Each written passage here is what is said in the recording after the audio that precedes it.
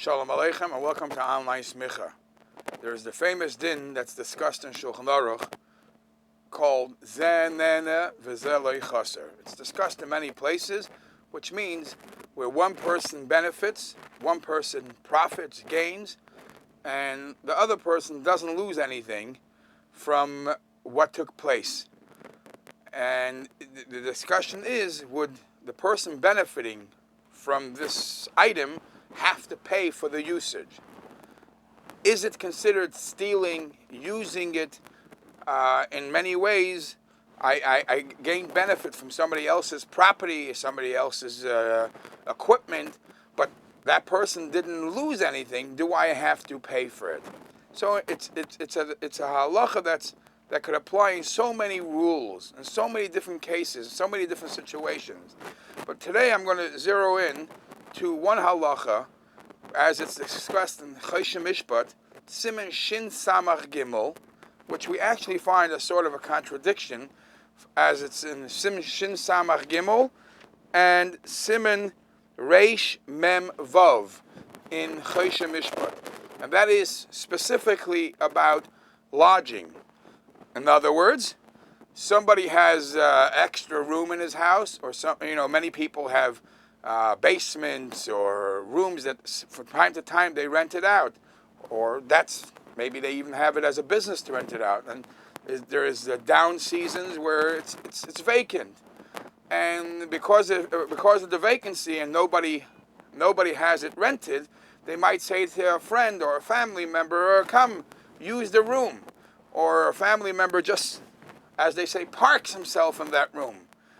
The question is that considered gzeila if somebody uses the room, which is sort of a hotel room, and uses the room for a day or two or a week, and doesn't offer to pay? Would that be gzeila? Because then I obviously benefited by being there, having a roof over my head, having a place to sleep for a week. And Zeh Lo Chaser, the person owning the home, didn't have that room rented out anyways. So is that a question of gzeila or not? So when you look in Choshen Mishpat, Siman Shin Samach Gimel, the rules that make up the qualification for this category depend on many things. It depends, first of all, if the person going to use the room, sleeping in that room, is somebody that usually pays or usually gets things for free. If the person usually gets things for free, in other words, he has other places where he can get it for free, and instead of going to that place, he comes to your home, then how could you eventually ask him to pay for what he did, pay for staying in your home, when he's actually losing out by staying in your house? Why would he? What made you think that he would want to stay in your home and pay for his lodging when he could be elsewhere for free? You have to follow what his thinking is, how his normal behavior is, and that is, as I mentioned, the Siman Shin Samach Gimel. Sometimes it even depends whether I invited him to come and use my room, or he just parked himself in my room, in my basement. And even if I invite him to use my room, that's not necessarily a reason to say that because I say use my room, it makes him automatically free from paying, or makes him guilty to pay. That's all this part of the discussion. I want to quote to you what the Ramah says in Siman Shin Samach Gimel Seif Yud, and you'll see how he sort of contradicts himself to an earlier Siman. So the Ramah says, I'm in the middle of Sif Yud.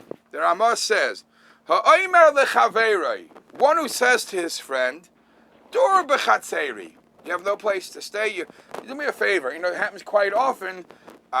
People are going out of town, and they don't want the house to be vacant, so say, stay in my home. Now, you're thinking to yourself, what does stay in my home mean? Stay in my home for free? Are you going to pay for it? Or maybe it's a basement that's usually rented out, and it's vacant, so stay in my home, and then when I come back to you, when I come back, I'll ask you for what does that mean? So the Ramah says, If I say to my friend, Dur b'chatzeri, stay in my home, ein tzarich litin lo schar. You don't have to pay. You don't have to pay. Why don't you have to pay? Because it's a question. Since the home, that room was vacant anyways. If it's a vacant room, the Shulchan Aruch, it goes behemshich to the discussion earlier. I'm not losing anything by having him in my home, and obviously, the Shulchan Aruch, the Mechaber earlier discusses. Obviously, that doesn't give me the license to start breaking the wall. If anything happens to the property, that the rooms become dirty and you have to bring a cleaning crew and all that. No.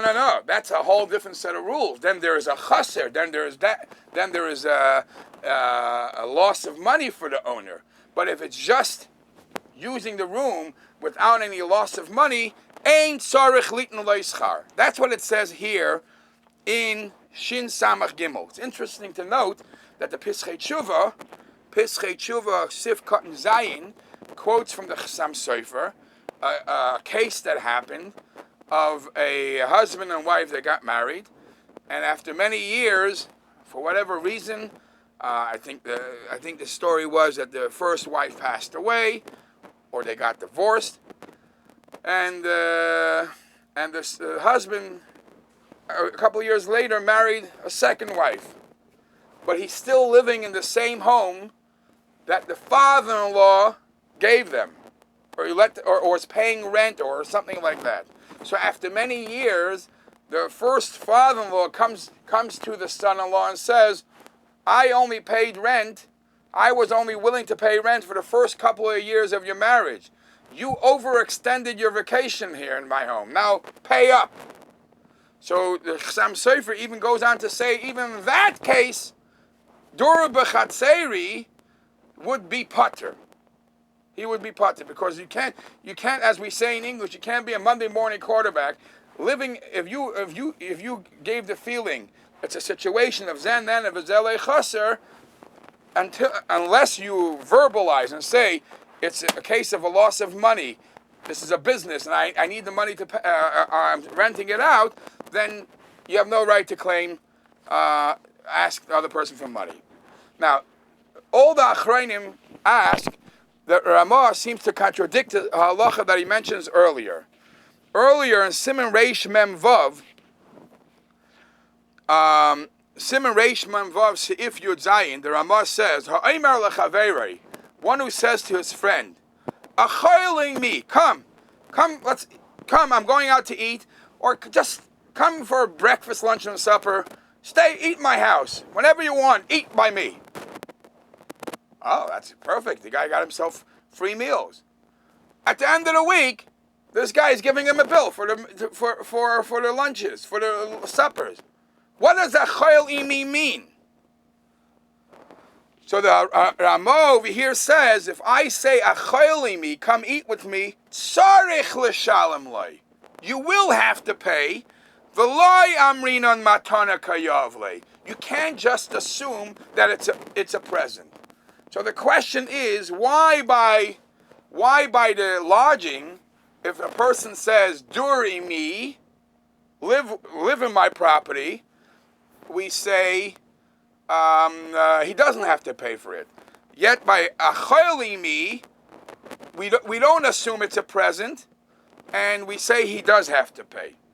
So the Achrayim explain that it basically will depend like this: that the guest who typically stays with friends for free or relatives for free, he usually does, in this case, will not benefit by staying in your home if you charge for it. You charge him for it. So in a case like that, you will not be able to charge him. However, one who anyways would have, if he would not stay in your home, if he would have to pay his rent elsewhere, and by staying in your home, he's just, instead of paying that person, he would pay you. It's the same halacha as the food, and you would be able to charge him.